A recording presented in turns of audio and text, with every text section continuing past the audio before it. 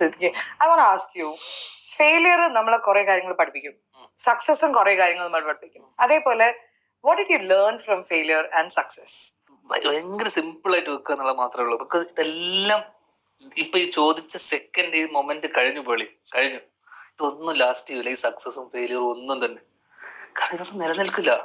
Success ആയിക്കോട്ടെ, നമ്മളെ സംബന്ധിച്ചിടത്തോളം സിനിമ ഒരു ഇന്റർവ്യൂ അല്ലെങ്കിൽ പുള്ളി ഹിറ്റ് ഒരു സാധനം, കമലഹാസൻ സാറിന് പുള്ളി എത്രയും എക്സൈറ്റഡ് ആയിട്ട് പോയി, ആ മൊമെന്റ് കഴിഞ്ഞു.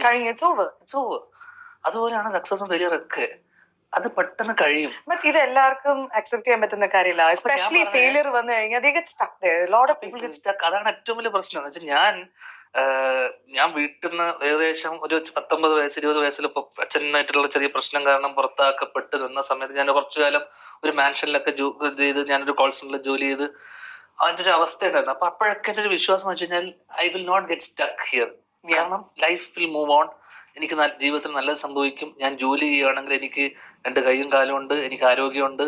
ഞാൻ അത്യാവശ്യം +2 വരെ പഠിച്ചിട്ടുണ്ട്. അത്യാവശ്യം എനിക്ക് ഇംഗ്ലീഷ് അറിയാം. So I started working in A call centre. ഇവിടെ നിന്ന് എനിക്ക് മുന്നോട്ട് ഇവിടെ തന്നെ ഞാൻ ജീവിക്കേണ്ടി വരില്ല. അങ്ങനെ ജീവിക്കേണ്ടി വന്നാൽ എനിക്ക് പരാതിയില്ല. ബിക്കോസ് അവിടെ എത്രയോ മനുഷ്യന്മാർ ആ മാൻഷനിൽ ജീവിക്കുന്നുണ്ട്.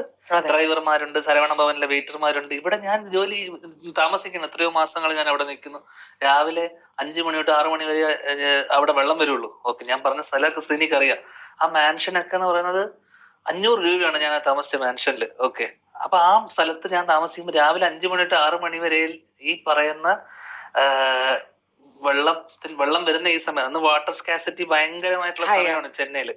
അപ്പോ ഈ സമയത്ത് വേണം നമ്മള് ബാക്കിയുള്ള രാവിലത്തെ നമ്മുടെ പ്രാഥമിക കർമ്മങ്ങളൊക്കെ നടത്താൻ. അപ്പോ 30-40 പേരൊക്കെയാണ് ഒരു ഇതിനകത്ത് താമസിക്കുന്നത്, ഒരു ഫ്ലോറിൽ.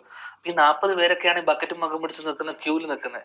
അപ്പൊ ഞാൻ അതിന് ഒരു മാസം മുന്നേ വരെ ഞാൻ മറ്റേ ശ്രീനിവാസന്റെ മോനായിട്ട് വലിയ വീട്ടിൽ താമസിച്ചിരുന്ന ഞാൻ ബക്കറ്റും മകം പിടിച്ചിട്ട് രാവിലെ 1 മണിക്കൂറിൽ വെള്ളം വരുന്ന അവസ്ഥയിൽ ഞാൻ ആലോചിച്ചിട്ടുണ്ട്. എത്ര കാലം ഞാൻ ഇതുപോലെ ബക്കറ്റും മകം പിടിച്ചു നോക്കുമ്പോ എന്റെ മുന്നില് 30-40 പേര് നിൽക്കുകയാണ്. അതേപോലെ മനുഷ്യന്മാരല്ലേ. അപ്പൊ ഞാൻ ആലോചിച്ചു, ഇവിടെ സ്റ്റക്കാനെന്താ, ഞാൻ കുറെ മനുഷ്യന്മാരോടല്ലേ നിൽക്കുന്നേ. അവരൊക്കെ നിൽക്കൂല, അവരൊക്കെ ജോലിയില്ലേ അവരുടെ കുടുംബത്തിന് വേണ്ടി, ഇതിനു വേണ്ടി സർവൈവ് ചെയ്യാൻ വേണ്ടി. അപ്പൊ എന്നെ സംബന്ധിച്ചിടത്തോളം എനിക്ക് അപ്പൊ ആരും കുടുംബം നോക്കണ്ട. അവരവര് ചേട്ടന്റെ കാര്യം ഏട്ടൻ നോക്കിക്കോളൂ, അച്ഛന്റെ കാര്യം നോക്കിക്കോളൂ, എന്റെ കാര്യം മാത്രം നോക്കിയാൽ മതി. അപ്പൊ സമാധാനമുണ്ട്. അവിടെ ഞാൻ പഠിച്ചൊരു കാര്യം എന്ന് വെച്ചാൽ ലൈഫ് ഡസൻ ഗെറ്റ് സ്റ്റക്ക്. ഒരു സ്ഥലത്തും ഒരു പോയിന്റിലും unless you decide. നമ്മളാണ് സ്റ്റക്കായി പോകുന്നത്. ലൈഫ് മുന്നോട്ട് പോയിക്കൊണ്ടേയിരിക്കും. നമ്മൾ ഒരു സ്റ്റെപ്പ് മുന്നോട്ട് എടുത്തു വെച്ച് കഴിഞ്ഞാൽ, അല്ലെങ്കിൽ നമ്മളൊരു സാധനം ചെയ്യാൻ അടുത്തൊരു തീരുമാനം എടുത്തു കഴിഞ്ഞാൽ ഇതൊക്കെ മാറും. What a beautiful message, Dhyan. അല്ല, ലൈഫ് മുന്നോട്ട് പോയിക്കൊണ്ടിരിക്കും, നമ്മളാണ് സ്റ്റക്ക് ആവുന്നത്. ഒരു failure seriously, that's first of all, your life is so